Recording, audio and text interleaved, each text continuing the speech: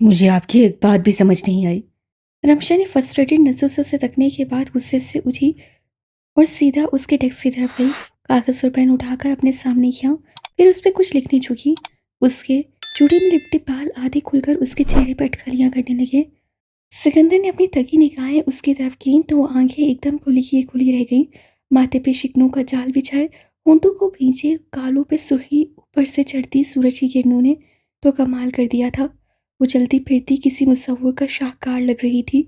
सिकंदर का दिल किया ये शाहकार एक इंच भी ना हिले। उसकी उंगलियां तेजी से कागज को स्याह करने में मसरूफ थी। सिकंदर ने फोन निकालकर तेजी से कैमरा ऑन किया और दो क्लिक किए थे। क्लिक की आवाज़ पर रमशा ने अपना सर उठाया तो गुस्से से उसे घूरते हुए चलकर उसके पास आई और उसे दिया, और एक बार फिर बाजू लपेटे उसके सामने खड़ी उसके जवाब की मुंतजिर थी। आराम से समझाती तो समझ लेना था मैंने। ये मेरा पेन और कागज जरूर ज़ाया करना था। अब आगे से उससे कुछ कहा तो यही कि उसकी महबूब बोतल उसके सर पर दे मारेगी। दान पीस कर वो उसके पढ़ने की मुंतजिर थी, जिससे निगाहें पेज पे जरा सी घुमाने के बाद कहा, बहुत ही गंदी हैंड राइटिंग है भाई। एक मेरे पापा को दुनिया में सबसे बुरी है राइटिंग मेरी ही लगती थी। उन्हें बताऊंगा, उनकी बहू ने मेरा रिकॉर्ड तोड़ दिया। सिकंदर के मुंह से पापा का लफ्ज सुनकर वो चौंक गई। सिकंदर के पापा? अरे, जस्टिस हदीद आलम, वही तो सिकंदर के पापा हैं। और इस सब में भूल ही गई थी उन्हें। अच्छा, मैडम ट्रीसा ने अपने कपड़े नहीं मेरे कपड़े डोनेट करने का सोचा। वो होले से मुस्कुराया। मिसेस सिकंदर हदीद आलम, आपका शोहर ये काम हर हफ्ते करवाता है, बल्कि अपने पुराने कपड़े नहीं नए कपड़े खरीद कर उन्हें भिजवाता है।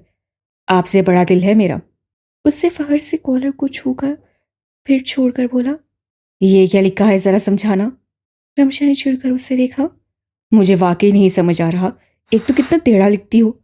उससे इशारे से एक लफ्ज पे इशारा किया। रमशा झुककर देखने लगी जब सिकंदर ने उसके बाजू को पकड़ा और खींचकर अपने ऊपर गिराया। हाँ, अब समझ आ गई। ये सब चीज़ों की जगह अच्छी चीज़ लगाऊं, यानी कि तुम्हारी तस्वीर। यार, पहले बताना था। मैं ख्वामखा अपनी बीवी पे गुस्सा हुआ। उससे रमशा को सीधा करते हुए कहा जो गुस्से से हटने लगी थी। उससे रमशा के गिर बाजू हायल करते हुए उसकी कोशिश को नाकाम कर दिया। मगर वो क्या है ना प्रिंसेस, यहाँ काफ़ी बंदे आते हैं मुझसे मिलने। मुलाजमों का भी आना जाना लगा रहता है, तो मैं नहीं चाहता किसी की भी नज़र इस सीप में छुपे मोती, बल्कि मोती नहीं, नायाब हीरे पे पड़े, जो कि सिर्फ उससे अपनी नाक रमशा की गाल से टकराई। मेरा है। रमशा ने उसके सीने पे दबाव डालकर पीछे होना चाहा, मगर सिकंदर का इस वक्त छोड़ने का कोई सीन नहीं लग रहा था। उसके बालों को पीछे करते हुए बोला, तुम जैसी भी हो, मैंने तुम्हें वैसा कबूल किया। तुम्हें बदलने के लिए एक बार भी कहा? बताओ, नहीं ना? तो तुम मुझे वैसा क्यों कबूल नहीं करती जैसा कि मैं हूँ? 33 का होने वाला हूँ, बाल सफ़ेदी की तरफ गामजन है। इस बंदे से कह रही हो बदलने को? कच्ची मिट्टी नहीं हूँ जो तोड़कर फिर से सही बन जाऊंगा। सही बनने के चक्कर में मुकम्मल तौर पर टूट जाऊंगा, फिर सवाए टूटे कांच की तुम्हारे हाथ। उसने उसका हाथ उठाकर बड़ी नरमी और एहतराम से चूमा। कुछ नहीं आएगा। अब की बार रमशा ने उसकी आंखों में आंखें डालकर देखा। लड़ना छोड़ दो मुझसे, नहीं तो बहुत देर हो जाएगी। उसकी आंखें कह रही थीं। खुद वो चुप हो गया था। झुककर उस पे प्यार की मोहर छोड़ता वो गला कंकार कर उसे उठाकर खुद भी उठ गया था। रमशा बिल्कुल स्टिल हो गई थी। उसे सिकंदर की हरकत पे यकीन नहीं आया था। बख्तावर को लेने जा रहा हूँ, उसे छोड़कर शाम को आऊँगा, वो कहकर जाने लगा। जब रुक गया फिर मुड़ा। तुमने कहाँ तक पढ़ा है? उसकी इस बात पर रमशा चौंक गई। ये बात कहाँ से आ गई? कॉलेज तो कर चुकी होगी, यूं नहीं गई हो? रमशा ने 2 उंगली निकाली। 2 साल गई थी सिर्फ। उससे देखता रहा, फिर सर हिलाकर बोला, नाइस, चलता हूँ। रमशा उससे रोकने लगी तो सिकंदर एकदम मुड़ा। वो बैग के लिए मत रोकना प्लीज। सिकंदर एक लम्हे उसे देखता रहा, फिर हंस पड़ा। सब कुछ दे दोगी तो मैं क्या पहनूंगा? मैं दिन में 3 बार कपड़े तब्दील करता हूँ लड़की। हम नहीं ले लेंगे, मैं तुम्हें शॉपिंग पर ले जाऊंगी। वो दिलचस्पी से उसे देखते हुए उसके पास आया। वो एकदम पीछे हुई, वो फिर हंसा। अपने पैसों से शॉपिंग करवाओगी? रमशा ने उससे घूरा, फिर नफी में सर हिलाते हुए उससे बाबर करवाया। सिकंदर भा के पास पैसों की कमी थोड़ी है। सिकंदर मुस्कुराकर उसकी नाक को दबाते हुए बोला, चालाक हो बड़ी, ताकि तुम्हें बाहर निकालूं, खुशी से अपने साथ शॉपिंग पे लेकर जाऊं और फिर मैं पकड़ा जाऊं। दिमाग तो बहुत तेज है आपका। है, आपकी पहली आरजू पूरी करने का सोचते हैं। यहाँ नहीं तो बैरूने मुल्क शॉपिंग करेंगे। चलता हूँ। बाकी टाइमिंग्स ख़राब कर रही हो तुम। सबकी टाइमिंग खराब करने वाले की मुँह से ये बात कुछ अच्छी नहीं लगी मुझे। दिल में कहते हुए बस गहरा सांस लेकर रह गई। वो चला गया और वो उसकी पुश को जाता हुआ देखते हुए बोली, तुमसे कहा था कि मैं मजबूर हूँ सिकंदर, बेबस सही, मगर मुझसे पूछो सिकंदर कि तुम्हारे मामले में कितनी बेबस हूँ। तुम दूर जाते हो तो दिल वीरान हो सा हो जाता है, तुम पास होते हो तो उसे तकलीफ सी हो रही थी गर्दन में। दिल करता है सारी भड़ास तुम पे निकालूं। तुम क्या हो सिकंदर। ये लो भात तुम्हारी चाय। वैसे खाना लगवाया हुआ था मैंने, मगर तुम्हारे चेहरे से लग रहा है कि भाभी म्यूट ने सही पेट भरा है। सिकंदर ने उसे एक नज़र देखा, फिर खामोशी से कप लेकर घास को होने लगा। आज बड़े बड़े लोग चुप लग रहे हैं, एनर्जी भी कम लग रही है। बाप के पास से तो नहीं आ रहा। अदनान की बात पर उसे सर उठाकर उसे देखा और नफी में सहलाया। तो फिर इतने खामोश क्यों हो। नहीं हूं मैं खामोश यार, उसे तंग आकर कहते हुए सामने टेबल पर कप रखा। हन्नान ने उसे सर दबा देखा, फिर बड़ा सोच कर बोला, इतने खामोश क्यों हो। सिकंदर ने हन्नान की बात पे बेख्तियार सर उठाया था, फिर सर झुकाकर नरम गीली घास को घूरने लगा था। ऐसे घोड़े की तरह इस घास को इतनी लालची नजरों से क्यों देख रहे हो। सिकंदर ने झुंझलाकर सर उठाया। मैं इस वक्त मजाक के मूड में नहीं हूं हन्नान। तेरा कोई मूड भी है भला। ये मिस म्यूट ने कहीं आपकी आवाज़ छीनने की तो नहीं ठान ली। जब से तो आया है चुप बैठा है। सिकंदर ने झटके से सर उठाया। यार मैंने गलती कर दी। कौन सी गलती। तूने गलती नहीं बल्कि गलतियां बोल जो तुमने की हैं। यार ये लड़की बहुत खतरनाक है। ये मेरी जगह छीन लेगी और खुदबा बन जाएगी। क्या।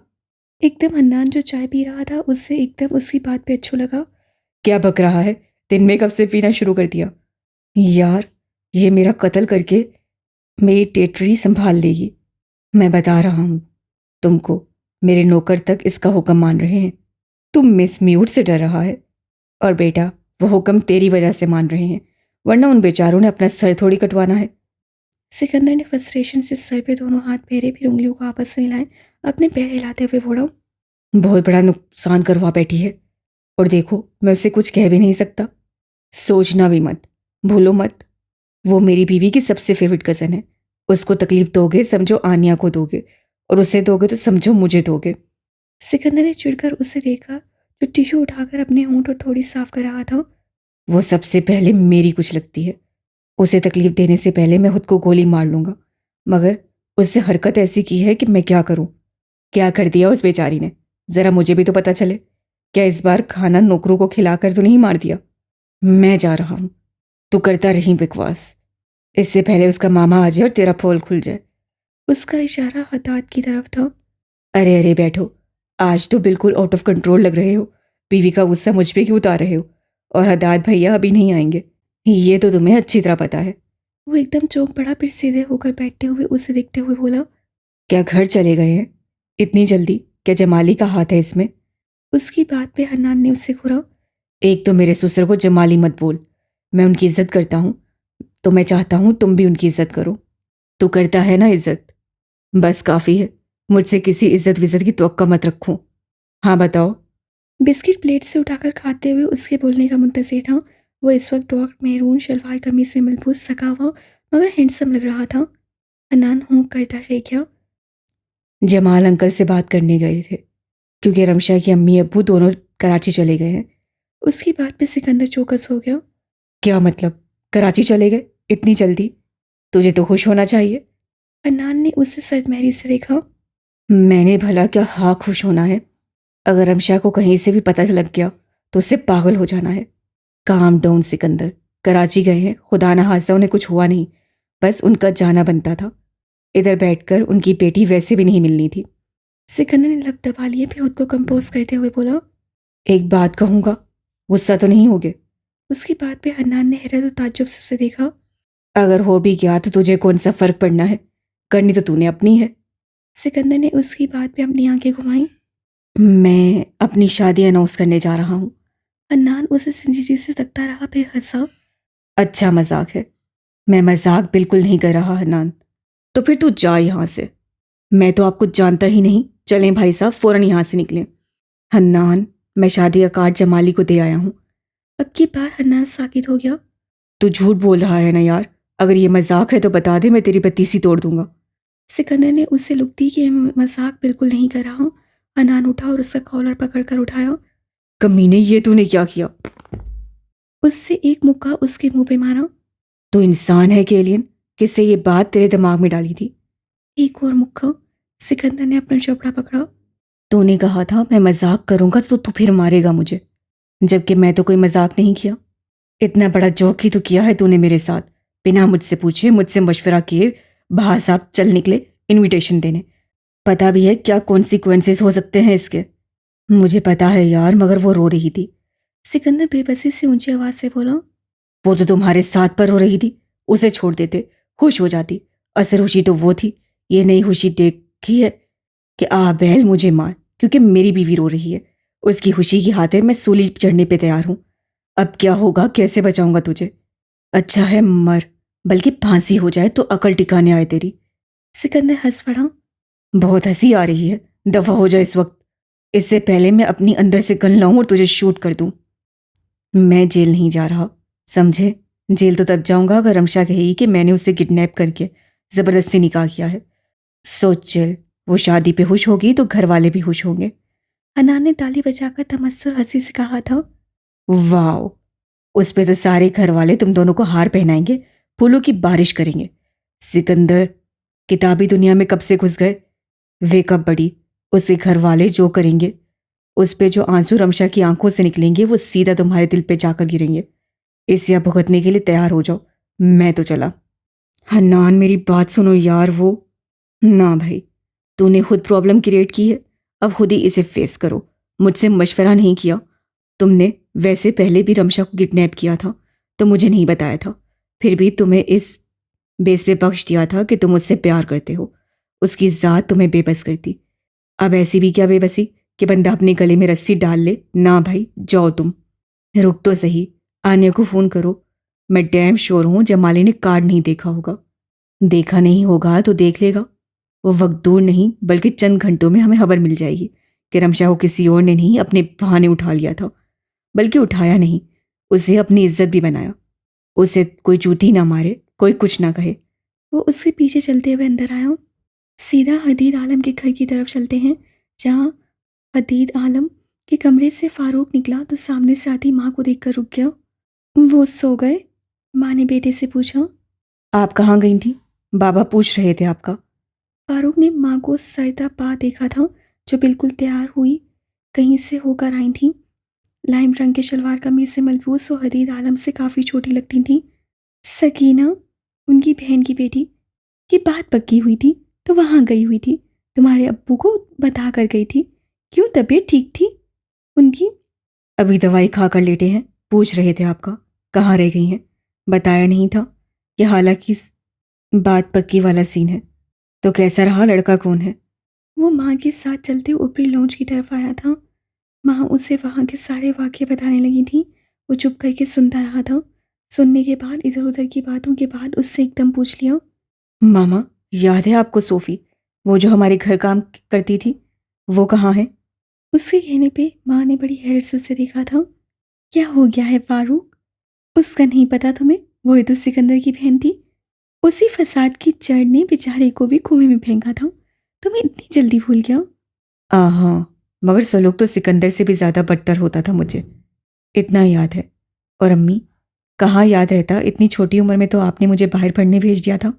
और इससे पहले भी आप हम सब से उनको 1000 फीट दूर रखती थी। फिर वो चले गए थे। मैं जानना चाहता हूँ वो गए कैसे थे? तुम्हें जानकर क्या करना है फारूक? मैं सारा का बता रही थी और तुमने उनका जिक्र छेड़ दिया। दफा करो उन्हें। माँ तो बिगड़ गई। ये कोई वक्त था उनका जिक्र छेड़ने का? मगर मैं जानना चाहता हूँ। क्यों, हमदर्दी जाग उठी है तो सुन लो। मर गई है सोफी, मर गई है सिकंदर की माँ। खुश, अब कोई और बात कर ले। मॉम, आई नो आप उनके जिक्र से हर्ट होती हैं, मगर बताने में क्या हर्ज है? मुझे लगता है कि एक राज है जो पर्दे में छुपा है, और ये राज तो मुझसे बिल्कुल छुपाया जा रहा है। माँ उसे देखती रही, फिर गहरा सांस लेकर अपनी कानों से इयररिंग्स उतारते हुए बोली। सिकंदर और उसकी बहन घर छोड़कर चले गए थे क्योंकि सोफी को एक गुंडे से इश्क हो गया था। छुपकर निकाह कर लिया था। हदीद को दुख हुआ था, काफी मारा भी खूब उन्होंने, मगर सिकंदर ने बहन को डिफेंड किया और कहा कि वो ये सब जानता था। फिर हदीद से बर्दाश्त नहीं हुआ और उनको निकाल दिया। उनकी मदर कहाँ थी? इतनी इज्जत उस औरत को मत दो, चलती फिरती डाइन थी। वो तो मर गई थी इस वाक्य से 3 साल पहले, जब वो निकाले गए थे।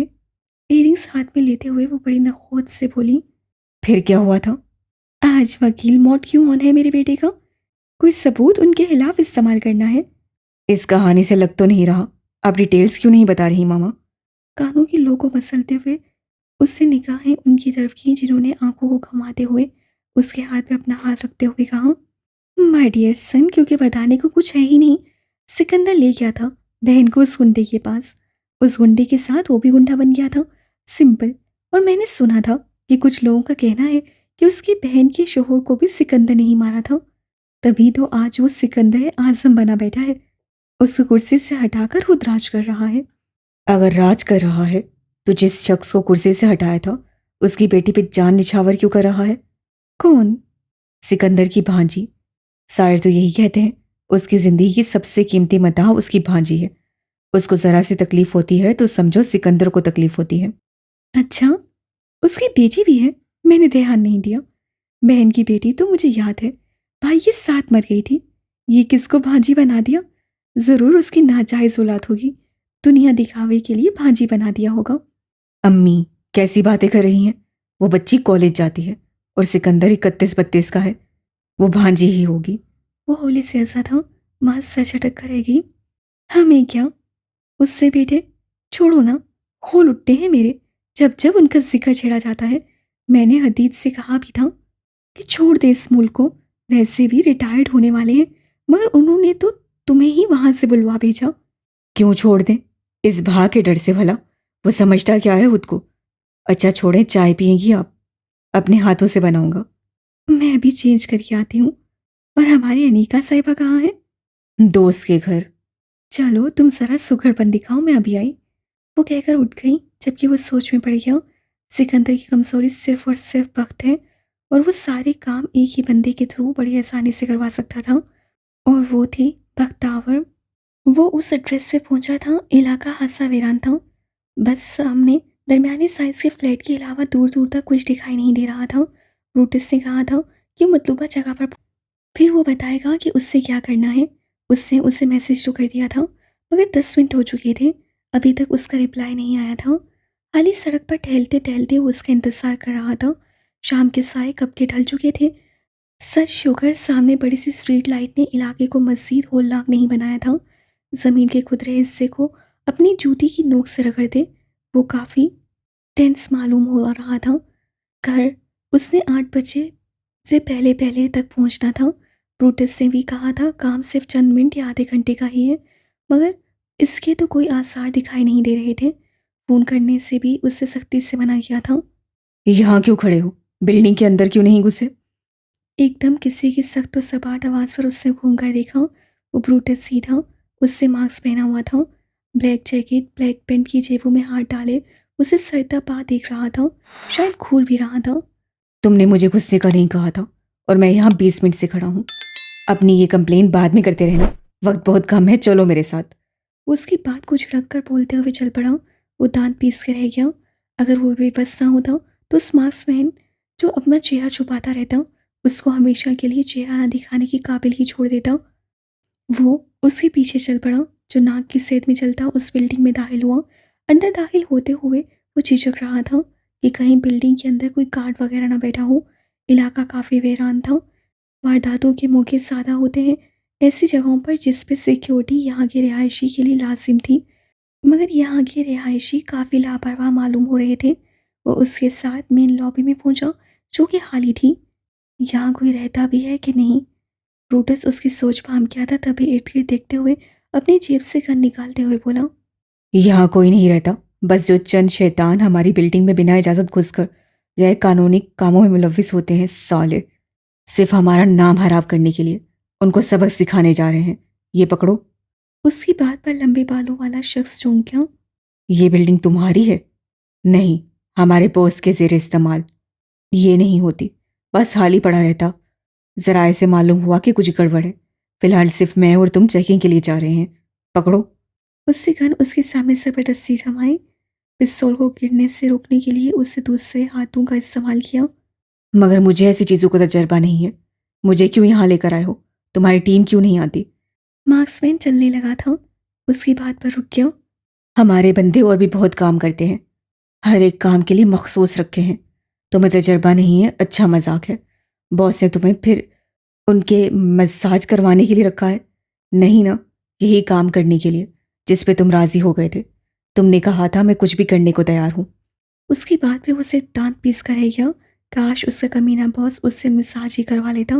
वो गन को सख्ती से थामे उनके पीछे सीढ़ियों की तरफ चल दिया, क्योंकि उसी का कहना था कि लिफ्ट काम नहीं करती। अब मैं क्या पहनूं? तुम्हारी आपी ने मेरी सारी वार्डरोब खाली कर दी है। मुझे सूरत की समझ नहीं आती, मैं क्या करूं? तोबा मामा, इतनी प्यारी लड़की को आप औरत तो ना कहें। और जितनी देर आप घूमते रहे हैं, इसमें शॉपिंग नहीं कर सकते थे? वक्त ने चिप्स का पीस खाते हुए सामने खड़े फ्रस्ट्रेशन से ठहलते अपने मामा को देखा, जिनकी शक्ल से लग रहा था वो रमशा को गोली से उड़ाना चाहते हैं। तुम्हारी जो आपी ने किया, उससे बंदे को कहाँ होश रहना था? सारा नुकसान करवा दिया, वो भी एक दिन में उस लड़की ने। बालों को खींचकर उसे छोड़ते हुए वो बिस्तर पर धड़ाम कर बैठते हुए बोला, ये आपका जबड़ा क्यों सूजा हुआ है? क्या हुआ है? कहीं मेरी गैर मौजूदगी में कैट एंड माउस वाली फाइट तो नहीं हुई थी आप ही से? सिकंदर चौंक पड़ा, फिर उससे अपने कोने से जबड़े को चेक किया तो उससे थोड़ा बहुत दर्द हुआ। हन्नौन का बच्चा। उससे आंखें घुमाते हुए उसे दिल में एक गाली दी और बोला, मारा है तुम्हारी आपी ने, और बड़ी जोर का। व्हाट? पक्कू चिप्स हलक में फंस गया। तेजी से खांसते हुए बोली, हाय, मारना तो नहीं चाहिए था। क्या बहुत जोर का लगा है मामा? वो सोफे से उठकर अपने मामा का जबड़ा देखने लगी। सिकंदर तो पहले ही गया। शरारती मुस्कान को लबों से दबाते हुए बोला, मत पूछो बच्चे, बड़ा दर्द हुआ। एक तो मेरा नुकसान किया, ऊपर से अकड़ रही थी मोहतरमा। जरा सा क्या डांट दिया, मैडम ने मुक्का दे मारा। मगर आप ही के हाथ तो काफी नाजुक से हैं। ये तो ऐसे लगता है किसी बॉक्सर ने मारा है। वक्त अभी भी मुतमिन नहीं हुई। सिकंदर ने मुंह बनाया। हाँ, तुम्हें तो वो हर तरह से फेर ही लगेगी। एक दिन मुझे मार भी देगी तब भी कहोगी आप इन्हें जानबूझकर थोड़ी किया है। आप ही ऐसा नहीं कर सकती। भला भला। आपने भी तो उन्हें तंग किया है मामा। अभी उनकी फैमिली से मिलवा देते तो कितना पुरसुकून हो जाते। कोई टेंशन नहीं होती। आप खुश, आप ही खुश, और आप दोनों को देखकर मैं खुश। बिल्कुल, इस खुशी के चक्रों में ये फल खा करा रहा हूँ। उससे जबड़े को हल्का सा दबाते हुए आहिस्ते से बड़बड़ाते हुए कहा, क्या? कुछ नहीं, और तुम बैठी रहना, कोई खबर ना लेना अपनी आपी की। वह रूठेपन से बोला, मामा, आप बेबी बनते जा रहे हैं।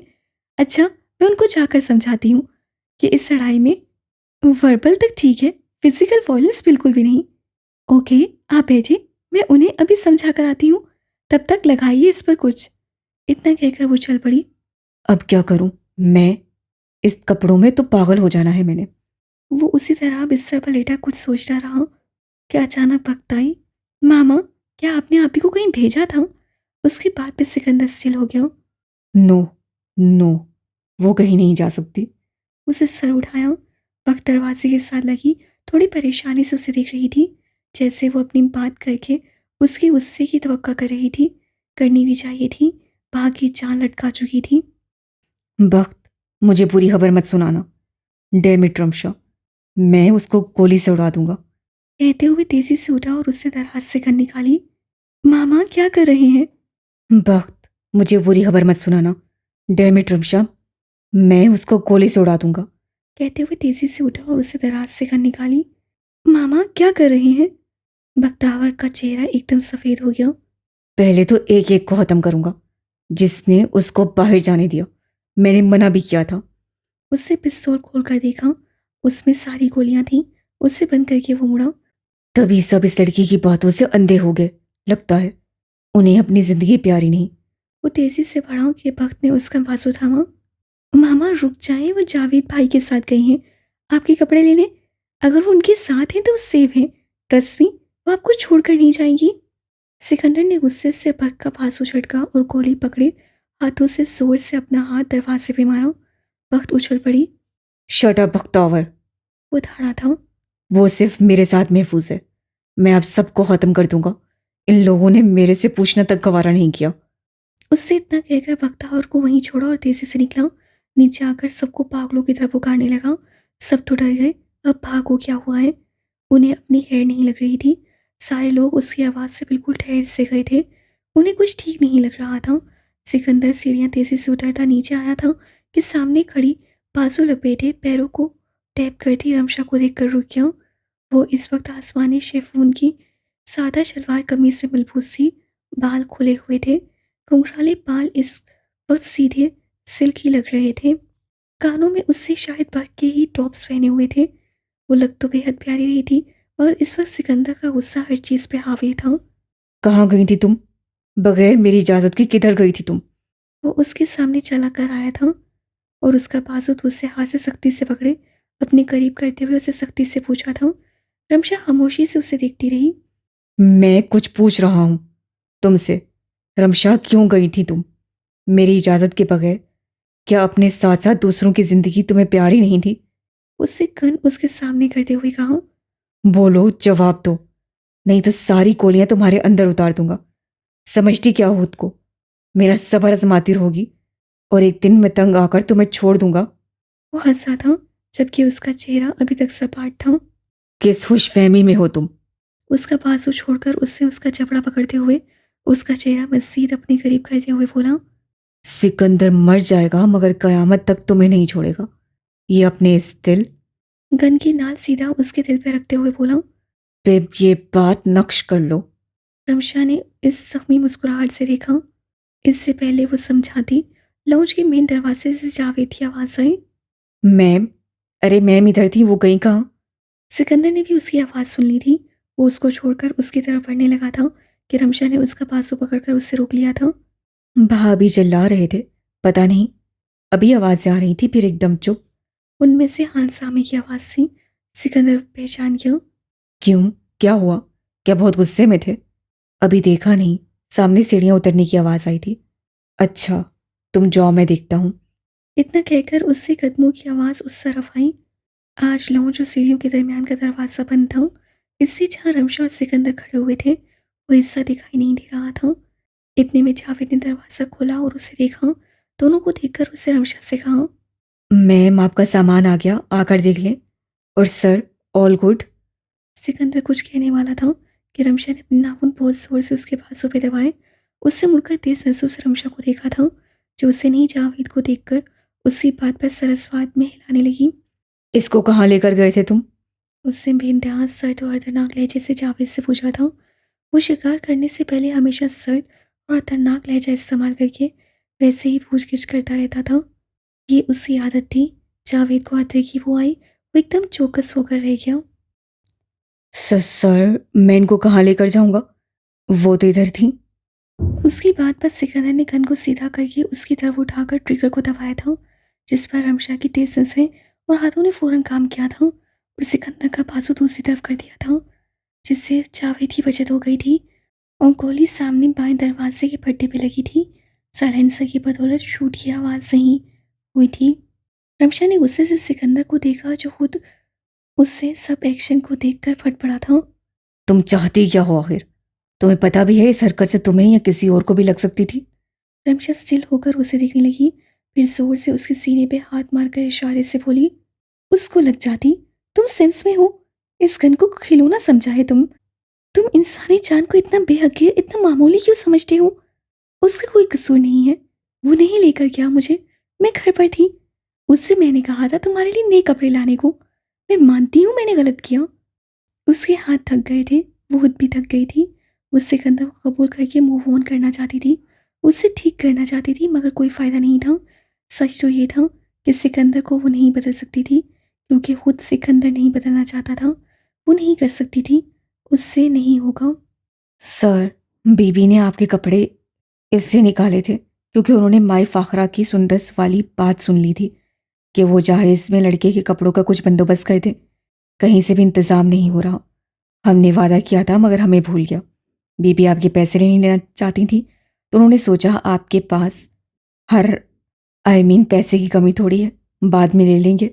इसलिए उन्होंने सब कपड़े निकाल कर दे दिए कि वो पसंद कर लें, क्योंकि उन्हें नहीं पता था कि वो क्या लेंगी। उन्होंने अपने और बख्त बीबी के कपड़े भी निकाले थे। ये बातें उन्होंने मुझे लिख कर दी थी। जावेद को लगा रमशा की मौजूदगी में सिकंदर उससे कुछ नहीं कहेगा, इसे जल्दी से वजाहत देते हुए चुप हो गया। रमशा ने उससे और सिकंदर को एक बार फिर जख्मी नसों से देखा, फिर सर अफसोस में हिलाकर चल पड़ी। सिकंदर उसे जाता हुआ देखने लगा, फिर गहरा सांस लेकर खुद को कोसता हुआ वो उसे देखने लगा, जो कि मुँह सा खड़ा उससे कुछ कहने का मुंतजिर था। तुम्हें क्या कहूँ मैं? तुम सब लोगों ने दिमाग की दही बना दी है। मुझे इन्फॉर्म नहीं कर सकते? मतलब जब से बेबी आई है मैं कि तो किसी काम का नहीं हूँ।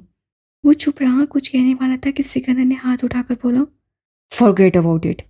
वो सर हिलाकर चला गया, जबकि सिकंदर लपटपाकर सोच रहा था कि उसके पास जाए या ना जाए। उस सिकंदर अपने सर पे होले से मारी। उफ, बिला वजह उसे डांट दिया मैंने। सीढ़ियाँ चढ़ता वो सोच में था कि वो पहले किसको मनाए, भक्त को या रमशा को। जब दिलो दिमाग ठंडा हुआ तो उसको ख्याल आया था कि उसने भक्त से भी काफ़ी बदतमीजी से बात की थी। उसे शटअप कहकर उसे झटक कर चला गया था। भक्त से तो उसका रवैया बर्दाश्त नहीं हुआ होगा, रो रही होगी, जबकि रमशा वो क्या कर रही होगी। उफ, सोच सोच के उसके दिमाग में कुछ होने लगा था। बख्त को पहले मना लेता हूँ, वो जल्दी राजी हो जाती है मुझसे। वो मोहतरमा तो बहुत जिद्दी है, गुस्सा भी उनका थोड़ा बहुत ठंडा हो जाएगा। हाँ, ये ठीक है। इतना कहकर वो ऊपर पहुंचा था कि सामने भक्त खड़ी थी। नरमी से देखते हुए सिकंदर को बोली, आई एम सॉरी मामा, मैंने फाहरा माई से पूछा था, उन्होंने कहा था कि जावेद भाई सामान लेने गए हैं तो अभी भी उनके साथ है। शायद उनके कहने का मतलब था वो गाड़ी से सामान निकालने गई हैं तो अभी भी वहीं मौजूद थी। गलती मेरी है, मुझे आपका पता था, आपकी मिजाज को समझकर मुझे बात करनी थी। बिल्कुल अपनी माँ की तरह जल्दी से माफ़ कर देने वाली, बेकसूर होते हुए भी सारा कसूर अपने सार पर डाल देती। सोफी, क्या छोड़ गई हो तुम? सिकंदर गहरा सांस लेते हुए पिस्तौल को जेब में डालकर उसके पास आया और उसे अपने साथ लगाकर उसके सर पे प्यार किया। सॉरी चंदा, गलती मेरी भी है। मुझे इतना ओवर रिएक्ट नहीं करना चाहिए था। मुझे पता था कि वो सब कुछ कर सकती है, मगर बाहर नहीं जा सकती, मुझे छोड़ नहीं सकती। बाहर जाएगी भी तो किसके पास? वो हंसा था, मगर उसकी हंसी में उदासी थी। उसे सही नहीं किया उसके साथ। आज सारे दिन के वाक़ये ने मुझे पागल करके रख दिया और सब में गलती मेरी है। वक्त उससे अलग हुई। मामा, मेरे साथ सिंपैथी कार्ड मत खेलिएगा। आई नो यू, आप कब से एक्सप्लेनेशन देने लगे। जाए उनके पास, she is hurt, she needs you. अगर उसने दूसरा मुक्का मेरे जबड़े पर दे मारा तो? उसकी बात पर वक्त ने उससे घूरा। मुझे लगता है ये कारनामा हानी मामा का होगा, क्योंकि आपको मुक्का से वही बड़े आराम से मार सकते हैं, वरना किसी और की तो जरूरत हो नहीं सकती। ड्रामे ना करें आप और जाए आप ही के पास। तोबा, दिमाग है तुम्हारा कि एक्सरे? सब कुछ अंदर से जान लेती हूँ। अब जाओ, खाना लग चुका होगा। आप नहीं आएंगे? भूख उड़ा दी मोहतरमा ने। अब जब तक वो मान नहीं जाती खाने का तो सवाल नहीं होता। चलिए फिर, बेस्ट ऑफ लक, वो कहकर चली गई, जबकि सिकंदर ने चेहरे पे हाथ फेरा और उससे कमरे की तरफ बढ़ा। पहला कमरा ही उन मोहतरमा का था। दरवाजे पे हल्की से नॉक देने ही वाला था कि खुद को बोला, ये मुझे क्या होता जा रहा है? मैं कब से इतना जेंटलमैन बन गया? दरवाज़ा खोलो। उस लड़की के आगे अब इतना भी अच्छा नहीं बनना, ज़्यादा फैल जाएगी।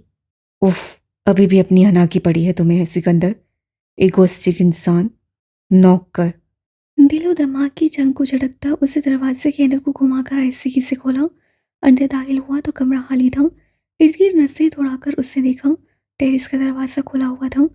दरवाजे को बंद करता उसे लंबी सांस खींचकर फिर छोड़ी। Relax and control yourself. मुठियाँ कभी खोलता तो कभी बंद करता, वो आहिस्ते से बड़े कदम उठाता टेरिस की तरफ आया, जहाँ वो दुश्मनी जहाँ खड़ी, सीने पे बाजू लपेटे ऊपर आसमान में चांद को देख रही थी, जो बादलों के दरमियान बिल्कुल छुप के रह गया था। सिर्फ उसकी छोटी सी झलक दिखाई दे रही थी। आसमान साफ नहीं लग रहा था, मतलब कि बारिश का इम्कान था। सिकंदर उससे तो कभी आसमान को देखता उसकी पुश्त तक आया। रमशा शायद उसकी मौजूदगी से वाकिफ थी, या वो उस चांद में इतना गुम थी कि उसे सिकंदर का एहसास नहीं था।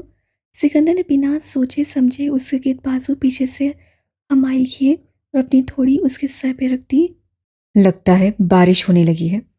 उससे बड़े नॉर्मल लहजे में उसे बताया, रमशा एकदम चौंक पड़ी थी, मगर उससे उसकी इस हरकत पे कोई रद्द-ए-अमल नहीं दिया। तुम्हें बारिश अच्छी लगती है स्वीट हार्ट? वो उसके बालों में मुँह दिए उससे पूछ रहा था। बारिश का पूछ रहा था, उसका नहीं पूछ रहा था। अनापरस्त इंसान सॉरी नहीं कर सकता था। सॉरी कैसे करेगा? वो तो ये सब हरकत को जायज़ समझ रहा था। हाँ, वो अपने आप को परख समझ रहा होगा।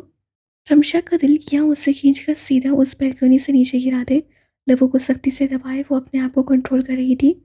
तुम्हारा अंदाज बता रहा है कि तुम्हें बारिश नहीं अच्छी लगती, है ना? पसंद तो मुझे भी नहीं है। सारे काम डिस्टर्ब हो जाते हैं। कहते हुए वो झुका और उसके बाल साइड पे करके अपनी थोड़ी उससे कंधे पे रखी। रमशा ने दुपट्टे को सख्ती से अपनी मुट्ठी में ले लिया। सिकंदर की गर्म सांसें उसकी गर्दन पे उसे उलझन दे रही थीं। यार, तुमने कभी किसी को सॉरी किया है? सवाल जितना बचकाना था, लहजा उतना ही संजीदा और मासूम। रमशा ना चाहते हुए भी मुस्कुराई थी, मगर उससे अपनी मुस्कुराहट को तेजी से रोका था। अब माफ़ी मांगेगा मुझसे, गुड, मगर मैं इसकी माफ़ी कबूल नहीं करूँगी। मैंने बचपन में बहुत बार कहा था, और यकीन जानो, कोई फ़ायदा नहीं था माफ़ी मांगने का। कभी कबूल ही नहीं की जाती थी। मेरा माफ़ीनामा तब से डिसाइड कर लिया था, मर जाऊंगा मगर किसी से माफ़ी नहीं मांगूंगा। उफ, एक तो इसका जज्बातीपन। आज बहुत अच्छी लग रही हो। क्या मेरे लिए तैयार हुई थी? इस इंसान ने तारीफ कर लेनी है मगर माफ़ी नहीं मांगनी। झुकना तो पसंद नहीं है इसे। दिल तो कर रहा है कह दूं, नहीं जावेद के लिए, मगर इस इंसान ने वैसी जानवर बनने में 1 मिनट भी नहीं लगाना। लड़कियां आखिर कैसे मर सकती हैं इस तरह की पोसेसिवनेस से? मेरा तो दम घुट रहा है। प्यार से उसकी गर्दन को छूता वो बोला। ऑफ कोर्स मेरे लिए हुई होगी। तुम्हें पता है कि आज के दिन तुमने मुझे कितना अपसेट किया था? गिरफ्त मजबूत थी। जाहिर है मेरा इतना नुकसान करवाया था, मगर तुम्हारी इस तैयारी पे तो you make me happiest person alive. तुम पर 7 खून भी माफ़ कर सकता हूँ। उससे कान को छुआ। उसकी बेहूदी बढ़ती जा रही थी। शायद शराब का असर हो रहा था, क्या पता फिर पी कर आया हो। रमशा की इस सोच पर उसे सिकंदर से अलग होने पर मजबूर किया, और वो घूम कर जाने लगी कि सिकंदर ने उसका बाजू पकड़ लिया। I am sorry. इस बात पे वो रुक गई। उसकी समातों पे यकीन नहीं आया। सिकंदर ने सॉरी कहा है? मुझे पता है मेरी इस हरकत से तुम्हें बहुत तकलीफ पहुंची है, बल्कि मैंने जो कुछ भी किया है, माफ़ी का लफ्ज़ तो बहुत छोटा है उस सब के सामने। रमशा ने अपनी आंखें उठाई, वो उससे ही देख रहा था। नरमी से उसका बाजू पकड़े वो गला खंखार कर बात जारी करते हुए बोला। मुझे मालूम था कि तुम कहीं नहीं जाओगी। तुम सब कुछ कर सकती हो मगर तुम शेरों को नहीं छोड़ सकती। उसके मुंह से गलती से उसका नाम स्लिप हो गया। रमशा ने चौंक कर देखा। शेरू? सिकंदर एक लम्हे के लिए चुप हो गया।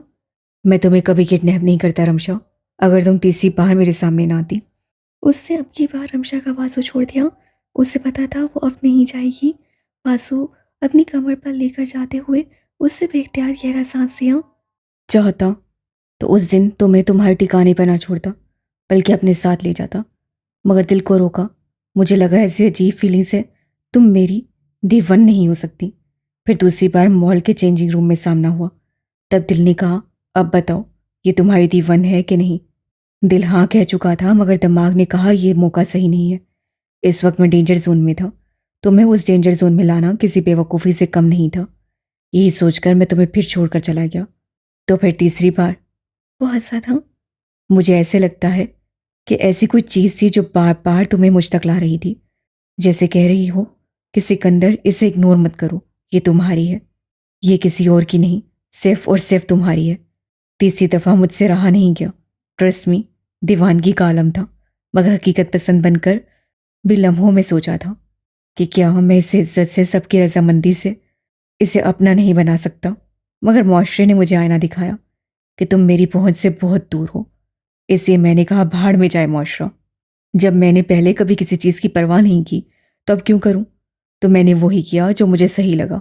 लेकिन वो एक चीज़ है जो मैं हमेशा सोचता हूँ। वो क्या है? जो मुझे तुम तक लाई। तुम कराची में और मैं लाहौर। समझ में नहीं आता।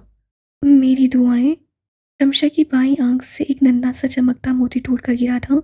दाढ़ी पे हाथ फेरते हुए उससे उसे देखा, जो कि सर झुकाकर कालों को साफ कर रही थी। तुम रो रही हो? वो कहते हुए उससे करीब आया। रमशा ने तेजी से सर नफी में हिलाया। ए, इधर देखो। कहा था ना मैंने कि इन आंखों में कभी आंसू ना देखूं। मानता हूं कि ये आंसू मेरी वजह से सिकंदर। उसके लबों से उसका नाम पहली बार निकला। उसके गालों को थामते हुए सिकंदर के हाथ के साथ पूरा वजूद फ्रीज हो गया। रमशा को एकदम ठंडे पसीने छूट गए। उसे सिकंदर के हाथ अपने चेहरे पर फ्रीज होते महसूस हुए थे। उसकी तरफ देखने की हिम्मत नहीं हुई थी। आंखों को जोर से मीचे उससे अपने हाथ सिकंदर के हाथ पे रखा और एक बार फिर हिम्मत करते हुए बोली, "सि- सिकंदर।"